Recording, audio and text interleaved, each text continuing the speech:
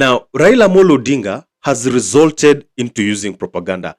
As I've said before in my previous videos, that there is a low turnout of protesters across the country, and this seems to worry Raila Amolo Odinga. Now, today, before we look into the two statements that he has already issued, in the event that you are new to this platform, take a minute or less to subscribe so that when we do another video like this, YouTube will automatically inform you. Now, let me read up the statement he put out on Facebook. The statement reads, "My people, they stole the elections. The whistleblower clearly shows it. Otherwise, they'd open the server. What's the fear? They then corrupted the Supreme Court like they did with the IEBC. Now they are stealing from Kenyans, refusing to subsidize the cost of living, yet stealing from public coffers. At this instant, they are shooting and killing Kenyans. It has to stop on Monday. Their time is up. Let them count down the hours until Monday." Now, from this statement, there are only two possibilities. Number one, Raila Amolo Odinga is trying to incite the public so that they turn out on Monday in large numbers. As I've indicated before in my previous videos, that only 0.0001% of Kenyans are engaging in mandamano. So he's trying to look for a way to incite the public to come out on Monday. And that's why he's indicating various reasons as to why they should come out. He's giving out reason as number one, that his elections were stolen. Issue number two, about the cost of living. And then number three, about the killing of civilians during the protest. And then the possibility number two is that Raila Amolo Odinga is trying to force for dialogue. That's why in this statement is indicating that, on Monday is the last day for this government. So he's kind of threatening the government. He's kind of threatening the public. He's kind of threatening the international communities to come in so that they have dialogue before Monday, because already he has demonstrated his strength. He has shown them that he can paralyze Nairobi, he can paralyze business within Nairobi. So he's telling them Monday is going to be bigger than before. So they should do some interventions before Monday. In a way, he's telling them, and we have a seat on the table before we stop this government completely. However, I personally feel like these reasons are not sufficient enough. Let us look at the reasons. Reason number one is talking about his stolen elections. Really? It is 7 months after elections. You cannot come after 7 months to tell Kenyans that your elections have been stolen. Now they should take to the street to protest. It will not happen because it's not spontaneous. Had it been like elections were last week, it would make sense. But 7 months after elections, that is, I think, a little bit being selfish. So Kenyans are not going to buy on that reason.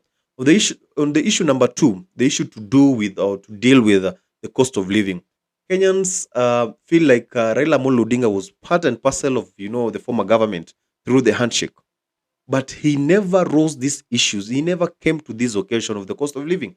If anything, he defended the cost of living. There's a video outside there showing it. Check it out. Hakuna haja ya kupiga kelele tu kumbweka na mbweka kama umbwa pale ati ni gharama iko juu. Nchi gani ambayo haina deni? Deni kila mtu anakopa pesa, lakini mpaka uwe na njia ya kulipa hiyo deni. I see some people who are really trying to divert attention of the public, playing populist politics with the cost of living. But the facts are that, one, I think you had like a crop. You did not harvest to be able to satisfy the demands, the needs of the country. Secondly, there have been other events which have taken place in other parts of the world, which themselves are major contributory factors to the rise in cost of living, not only in Kenya, but around the world. Now, on this issue of shooting and killing, I don't think that the public will be incited enough, because people have uploaded very many videos, as I'm going to play you, showing the goons vandalizing their properties, the goons looting their shops and supermarkets. So Kenyans outside here are agitated. They feel like these goons should be dealt with. They should be shot. Kenyans outside here feel like these goons should be arrested. But the funny thing is, Raila Amolo Odinga has not come out to condemn those activities. And when he doesn't do that, it means that he's tolerating this violence.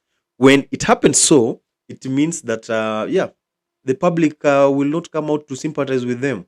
So you telling the public that people were shot and killed, they will not care about that because they feel like these mandamano are a threat to their personal security. They are a threat to their, property. They are a threat to their business. So they are in no way going to sympathize with those activities and the people who are involved in those activities.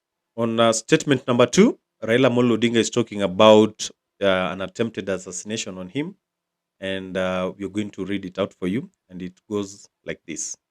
The statement reads, there is no justification for the excessive force used against the peaceful and armed citizens exercising their democratic right today. Their unprovoked attack left my car hit with 7 bullets, each aimed at me. But if you look at the image that I shared with those statements, the car in question is the vehicle that they use for public address. And you can't tell me that Raila Amolo Odinga was seated in that car. From the live footage that I have seen personally, Raila Amolo Odinga was riding in a different car. I don't know why Raila Amolo Odinga wants to, send a false message to the public that police shot 7 live bullets into his car. But your suspect is good as mine because Raila Amolo Odinga, through all means, is trying to incite the public to come out in numbers to protest across the country. He's trying to incite his supporters to come out because they don't have the conviction to do that. And he's trying to feed them the conviction so that we can have mass protests across the country. As usual, that is my opinion. Let me know what you think. Leave a comment at the box. And thank you for watching and supporting.